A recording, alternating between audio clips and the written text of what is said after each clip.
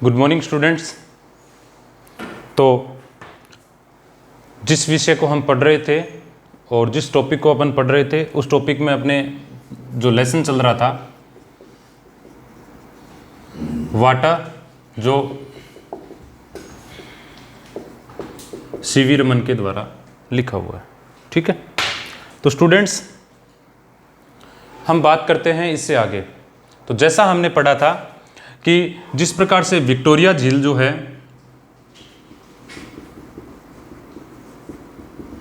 वहाँ से Ethiopia, south Sudan फिर इजिप्ट से होके और यहाँ पर जो भूमध्य सागर जो मेडिटेरेनियन सी है वहाँ जाके ये नदी जो है नाइल वैली जो है वो गिरती है और इधर जो है वो लीबिया है। तो यहाँ का जो डेजर्ट है वो लीबियन डेजर्ट और ये यहाँ पे है इजिप्ट। तो यहाँ पे है the valley of Nile, the valley of the Nile. ठीक है, क्योंकि जो भी रिवर है रिवर के नेम से पहले अपने द को लगाते हैं। ठीक है ना, यानी ये वाला जो है इसको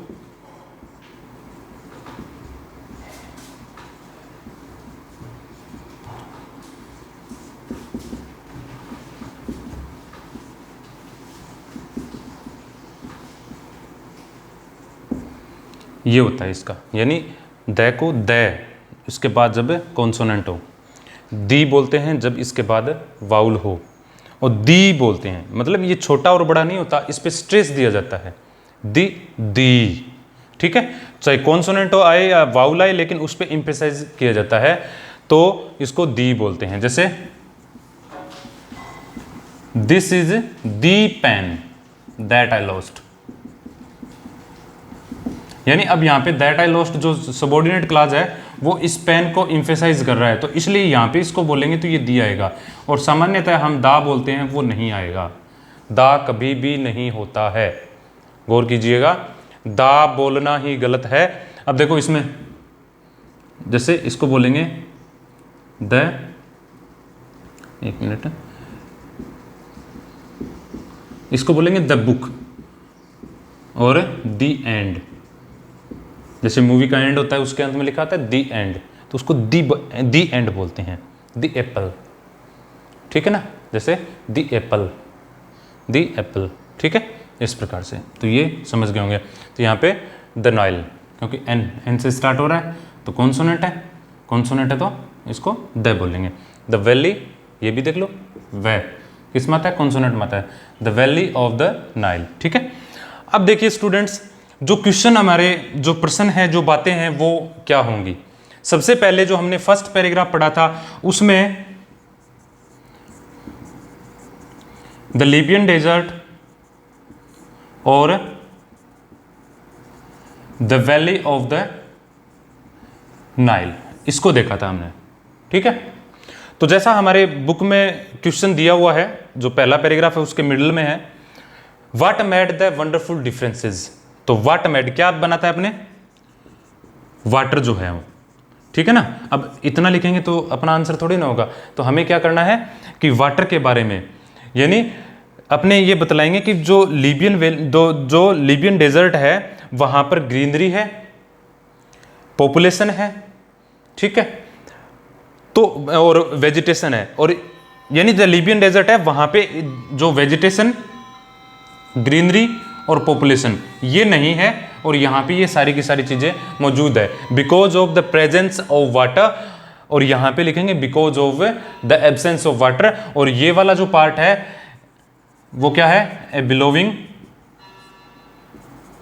सी ऑफ सैंड। ठीक है, मिट्टी का एक लहराता हुआ सा सागर है, ये इसमें लिखना है अपने को। ठीक है, अब इससे आगे चलते हैं तो अपने क्या करते हैं, जैसे देखते हैं कि जिस प्रकार से कोई भी नदी, कोई भी पानी, यानी कोई भी बहाव होता है पानी का, तो पानी का जो बहाव होता है वो पानी का बहाव जैसे अपने बह रहा है। ठीक है, ऐसे पानी का बहाव बह रहा है, तो क्या होता है कि जैसे किसी भी क्षेत्र से जो उसका स्टार्टिंग पॉइंट होता है वहां से लेके और जो उसका एंडिंग पॉइंट होता है, ठीक है ना, क्या समझे? स्टार्टिंग पॉइंट से लेके एंडिंग पॉइंट तक। अब नदी नालों में क्या होते हैं, जैसे इसमें क्या होता है कि इस नदी की बात करते हैं जो हैवी पार्टिकल्स लेती है, ठीक है ना, भारी भरकम जो हिस्से हैं वो अपने साथ पानी के साथ बहा के लेके जाता है। और जब ये यहां से यहां तक पहुंचेगी तो हैवी पार्टिकल्स तो नहीं रहेंगे, जो भी क्षेत्र होता है वहां पर ये जाते जाते या तो कहीं पे रुकावट पैदा हो जाएगी, रुक जाएंगे, या फिर वो जैसे गिरते गिरते एकदम महीन हो जाएंगे। तो जो क्षेत्र यानी जिस क्षेत्र में ये अपना जो पानी है उसके साथ जो कण होंगे, जो छोटे पार्टिकल्स होते हैं, स्मॉल पार्टिकल्स बोलेंगे उनको, जो स्मॉल पार्टिकल्स होते हैं वो एज ए सिल्ट कहलाता है, ठीक है ना। अब जो सिल्ट जहां पे डिपॉजिट करती है, ठीक है, डिपॉजिट करती है जहां पे सिल्ट, वो वाला क्षेत्र जो है वो कहलाता है अपने, इसको ये काफी फर्टाइल होता है, ठीक है, काफी फर्टाइल होता है। और ये वाला जो क्षेत्र है जहां पर नदियां जो हैं वो अपने पानी को जिस प्रकार से अपने पानी के साथ जो सिल्ट है उसको डिपॉजिट करती है, उसको एल्यूवियल बोलते हैं, एल्यूवियल एरिया, यानी जिसको अपने बोलते हैं हिंदी में जलोढ़ प्रदेश। अब देखो सिल्ट होती है, बेसिकली क्या है, सिल्ट होती है, वो फर्टाइल होती है, तो इसमें अपने एल्यूवियल एरिया जो होगा वो हमेशा क्या होगा, फर्टाइल होगा। सिंपल सी बात है, नदियों के द्वारा जो मिट्टी बहाकर लाई जाती है वो सिल्ट कहलाती है, और जो सिल्ट जिस क्षेत्र में जमा होती है वो एरिया एल्यूवियल एरिया कहलाता है, और वो मुख्यतः क्या होता है, फर्टाइल होता है। ये बात समझ में आई अपने। अब इसी को अपने यहां देखते हैं, तो जैसे अपने यहां से लेक विक्टोरिया जो है जो अफ्रीका के सेंट्रल पार्ट में है, और यहां पे इथोपिया जो है, इथोपिया को एब्सिनिया बोलते हैं, ठीक है, एब्सिनिया कहा जाता था पहले, अभी इथोपिया कहा जाता है। तो यहां से ये नदी जो है, जो यहां इजिप्ट के लिए यहां पे रिमोट एरियाज कहते हैं। अब जैसे रिमोट का मतलब क्या होता है, दूर दराज का क्षेत्र होता है, वो सुदूर बोलते हैं जैसे। अब रिमोट जिस प्रकार से अपने टीवी को कंट्रोल करते हैं, दूर से करते हैं, तो उसका मीनिंग क्या होता है, रिमोट का मतलब दूर होता है, ठीक है ना। तो अब जैसा हमने वहां पे समझा कि जो मिट्टी है वो डिपॉजिट होती है, तो यहां से लेके जो सिल्ट है वो डिपॉजिट यहां पे होगी, ठीक है, यहां पे डिपॉजिट होगी। तो ये वाला क्षेत्र क्या कहलाता है, the valley of the Nile. समझ गए, ये क्या कहलाएगा, ये वाला क्षेत्र the valley of the Nile. अब जैसा हमने पढ़ा था कि ये एरिया वैसे क्या है, एल्यूवियल एरिया है। कौन सा एरिया है, एल्यूवियल एरिया मींस जलोढ़ प्रदेश। अब देखो जलोढ़ प्रदेश बिल्कुल सिंपल सा होता है, जलोढ़ प्रदेश को समझ लो जैसे जिस प्रकार से मान लो ये पहाड़ी क्षेत्र है और यहां से जो नदी निकलती है, जैसे मान लो ये नदी ऐसे निकली, ठीक है। अब ये नदी अपने साथ जो कंकड़ पत्थर, जो भी पथरीला क्षेत्र, यानी जो कंकड़ पत्थर जो साथ अपने लेके आती है और उसको लेके आती है, तो साथ में ऐसे आएगी। तो जहां पे जैसे अपने इंडिया की बात करें, हिमालय से जैसे नदियां निकलती हैं, तो वो नदियां जैसे यमुना निकलती है या गंगा जो निकलती है, वो निकलते हुए ऐसे मध्य जो भारत है वहां पे मैदानी भाग है, और वहां से होते हुए बंगाल की खाड़ी की तरफ निकल जाती है। तो अपने क्या करता है, जो मैदानी भाग है वहां पे वो अपनी सिल्ट को डिपॉजिट करती है, और जैसे डिपॉजिट करेगी तो वो क्षेत्र जो है वो एल्यूवियल एरिया कहलाएगा, यही जलोढ़ होता है, ठीक है ना। एल्यूवियल एरिया को ही जलोढ़ प्रदेश बोलते हैं, ठीक है, समझ में आया। अब इसके बाद क्या होता है कि जैसे जो कैचमेंट एरिया होता है, यानी वाटर जो है वो कैरेक्टरिस्टिक कलर जो होता है वो कैसे हासिल करता है, ठीक है ना। वाटर जो है वो अपना कैरेक्टरिस्टिक कलर कैसे हासिल करता है, तो इसकी बात करते हैं अपने। कैरेक्टरिस्टिक कलर यानी वास्तविक जो पानी जो होता है, वैसे तो पानी क्या होता है, गंधहीन, रंगहीन और स्वादहीन होता है, सबको पता है। अब पानी जैसे बहता है तो पानी दो तरीके से होगा, एक तो क्या होगा, जैसे फ्रेश फ्लो आफ्टर रेन, ठीक है, फ्रेश फ्लो आफ्टर रेन, यानी पानी जो है यानी एकदम ताजा जो बहाव होता है वो, और दूसरा होता है कैचमेंट एरिया, ठीक है, कैचमेंट एरिया यानी जल ग्रहण क्षेत्र। अब बेसिकली पानी का जो बहाव आएगा, अब पानी का बहाव आता है तो जिस क्षेत्र में पानी आता है तो वह इस प्रकार से ऐसे चलेगा वो, ठीक है, या जैसे जो भी तरीका होगा। अब वो क्या करता है, पानी अपने जिस बहाव में वो जा रहा है उस बहाव में वो अपने आसपास का पूरा कलर जो वो ग्रैब करेगा, ठीक है। तो जैसे मैदानी भागों में आएगा, मैदानी भागों से होते हुए जैसे पानी चलता है तो वहां पे आसपास का जो क्षेत्र है वहां का जो कलर है, वो मिट्टी का जो कलर है यहाँ साइड में जो मौजूद रहेगा, वहां जहां से बहेगा वो, तो उसको वो ग्रैब करेगा। ठीक है। अब जैसे अपने पानी देखते हैं तो पानी में अगर जैसे अपने को कैसा लगता है, मडी रेड या ब्राउन कलर का होता है, सिंपली बात है। तो मेरा कहना यह है कि जिस प्रकार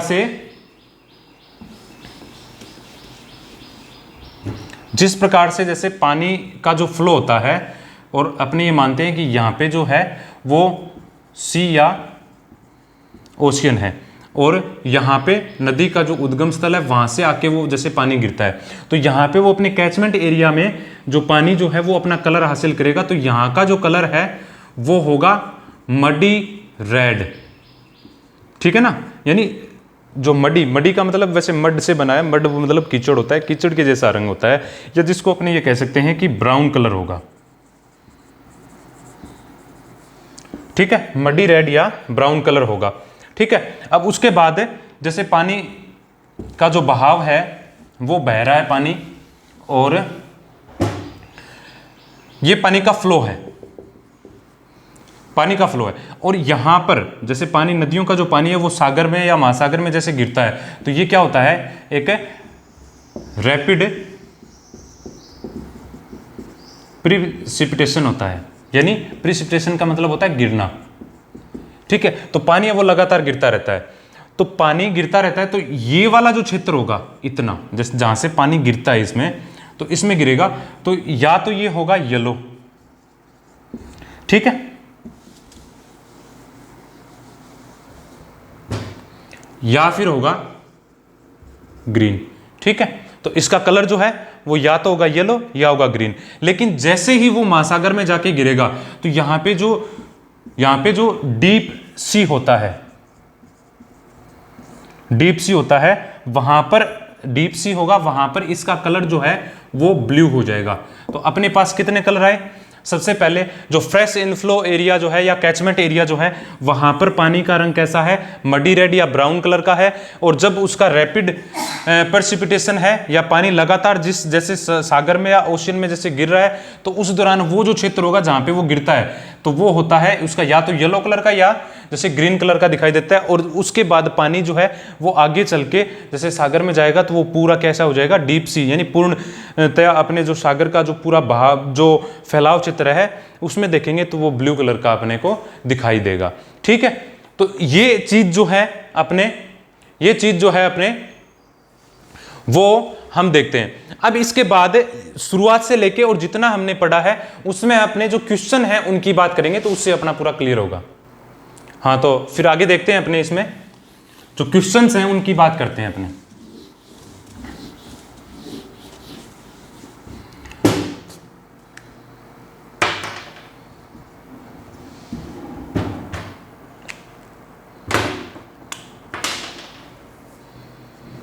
तो स्टूडेंट्स अब अपने जो क्वेश्चन है उनकी बात करते हैं। तो जैसा प्रश्न है, how was Egypt made by it's river. एक क्वेश्चन ये हो गया जो आपके नोटबुक में भी है। तो किस प्रकार से बनाया गया, तो इसको पहले मैं क्वेश्चन लिख देता हूं फिर उसको समझा रहा हूं। ठीक है। तो इसमें क्या करेंगे, यहां पे मेडिटेरेनियन सी है और यहां पे इजिप्ट है, तो विक्टोरिया लेक से ये जो है वो लगातार गिर रहा है।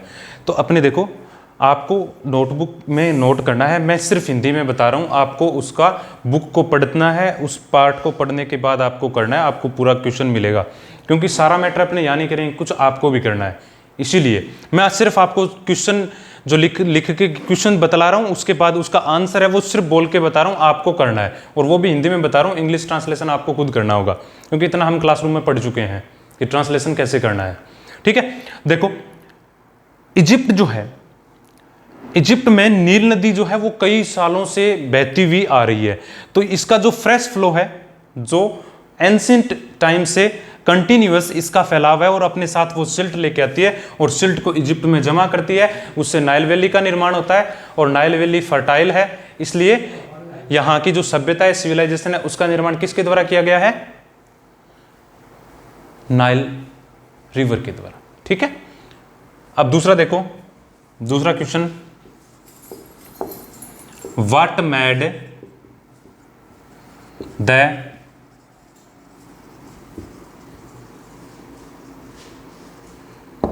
wonderful differences। अब देखो what made the wonderful differences between the Libyan desert and the valley of the Nile, लिख दो। ठीक है, तो अपने इतना लिख रहे हैं, तो इसमें अपने क्या होगा कि कौन सी ऐसी चीज है, यानी हम देखते हैं कि जैसे जो लीबियन डेजर्ट और जो लीबिया और इजिप्ट है, एक तरफ हरियाली वाला क्षेत्र है पूरा, दूसरी तरफ है पूरा डेजर्ट है, रेगिस्तान है। तो हरियाली किस कारण से है? Presence of water. और डेजर्ट क्यों है? Because of the absence of water. तो आपको ये लिखना है कि जैसे शुरुआत में अपने ये बतलाना है कि जैसे लीबियन डेजर्ट जो है उसमें बिल्कुल a billowing sea of sand without greenery and population because of the absence of the water, and the other hand the Egypt is full of greenery, vegetation and population because of the presence of water। यानी Libya में आपको लिखना है absence of water और इसमें लिखना है presence of water। तो ये आपका आंसर है, पूरा हो जाएगा। ठीक है, उसके बाद है फॉर्मेशन ऑफ सिल्ट। ठीक है, सिल्ट का निर्माण कैसे होता है? तो सिल्ट जिस प्रकार से एक नदी जो है अपने जो इनफ्लो जो फ्लो होता है उसमें वो बड़े सारे हैवी पार्टिकल्स हैं वो लेके चलती है, और जब वो अपने एंडिंग पॉइंट तक पहुंचती है तो जो फाइनली डिवाइडेड जो थिंग होता है वही सिल्ट कहलाता है। ठीक है ना। तो अपने फ्लो के साथ जैसे जो नदी है, अपने पानी के साथ जो नदी है वो हैवी पार्टिकल्स लेके चलती है और उसको डिपॉजिट करती जाती है, और एटलीस्ट अंततः जो उसको मिलता है, जो पार्ट उसके साथ बचता है जो काफी फर्टाइल होता है वो सिल्ट कहलाता है। इस प्रकार से इसका फॉर्मेशन होता है। फिर उसके बाद नेक्स्ट क्वेश्चन है ओरिजिन ऑफ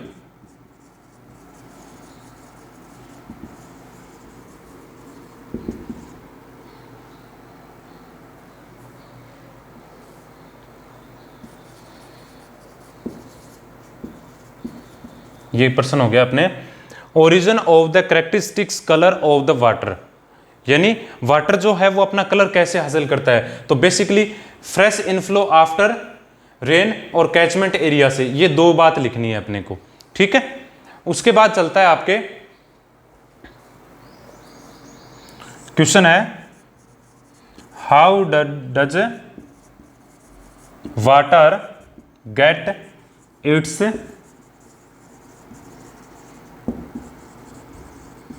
डिफरेंट कलर। पानी जो है वो अपना डिफरेंट कलर कैसे हासिल करता है? तो जैसा हमने पढ़ा था, क्या पढ़ा था देखो, कि जैसे पानी जो है वो बहता है तो अपने कैचमेंट एरिया जो है वहां से उसका कलर जो होता है वो हो जाता है आपके मडी रेड। किस कारण से? कैचमेंट एरिया से, या फ्रेश इनफ्लो आफ्टर रेन जो होता है वहां से। ठीक है, तो कैचमेंट एरिया से उसका कलर कैसा हो जाता है? मडी रेड या फिर ब्राउन। ठीक है, उसके बाद जैसे ही वो अपने पानी को, यानी नदी जो है वो अपने पानी को डिपॉजिट करती है किसी सागर में, महासागर में, तब वहां पे उसका कलर जो होता है ना, यानी जो रिवर है उसका एंडिंग पॉइंट यहां पे क्या होगा? येलो या ग्रीन। और उसके बाद लास्ट में जैसे जो सी होता है तो डीप सी में, यानी पानी जैसे जैसे आगे चलता जाएगा तो इसका कलर कैसा हो जाएगा? ब्लू हो जाएगा। ठीक है, और उसके बाद अपने देखते हैं, यानी कितने क्वेश्चन हो गए अपने? 1 2 3 4 5, और सिक्स्थ क्वेश्चन होता है कि व्हाट मैड, क्वेश्चन में बोल रहा हूं, what mad the alluvial area more fertile. What mad the alluvial area more fertile, alluvial area को और ज्यादा उपजाऊ कौन बनाता है? तो बात वही है जो बात हमने लिखी थी जैसे इजिप्ट वाले में, कि एक नदी जो है वो अपने फ्लो के साथ जो सिल्ट है वो बहा के लेके आती है, और जो सिल्ट है वो जहां डिपॉजिट होती है वो जो एरिया है वो एलुवियल एरिया कहलाता है। और ये जो है वो फाइनली डिवाइडेड थिंग होती है जिसको अपने सिल्ट बोलते हैं, वो काफी फर्टाइल होती है। इस प्रकार से एलुवियल एरिया जो है वो मोर फर्टाइल है। ठीक है, तो स्टूडेंट्स आज हमने जो टॉपिक पढ़े हैं उस टॉपिक के अंतर्गत अपने बात करें, ये आपके क्वेश्चंस हैं वो हैं। आपको जो क्वेश्चन है वो खुद प्रैक्टिस के लिए यूज में लेना है आपको, ठीक है। उसके बाद हम इससे आगे धीरे धीरे चलेंगे, क्योंकि इसमें बातें जो आएंगी वो इंडिया के संदर्भ में बातें आएंगी, इंडिया के संदर्भ की बातें पढ़ेंगे। लेकिन अपने ओवरऑल इसकी बात करें, ओवरऑल बात करेंगे तो ओवरऑल में वाटर के बारे में ही बात चल रही है इसमें, ठीक है ना। तो जो लेसन जो है वो बिल्कुल इजी लेसन है, हमें पानी की जो करैक्टरिस्टिक्स है वो सबको पता है, बस थोड़ी मीनिंग वगैरह जो है ना वो थोड़े से हार्ड लगते हैं, तो उसकी कोई प्रॉब्लम नहीं आनी चाहिए, ठीक है स्टूडेंट्स। धन्यवाद।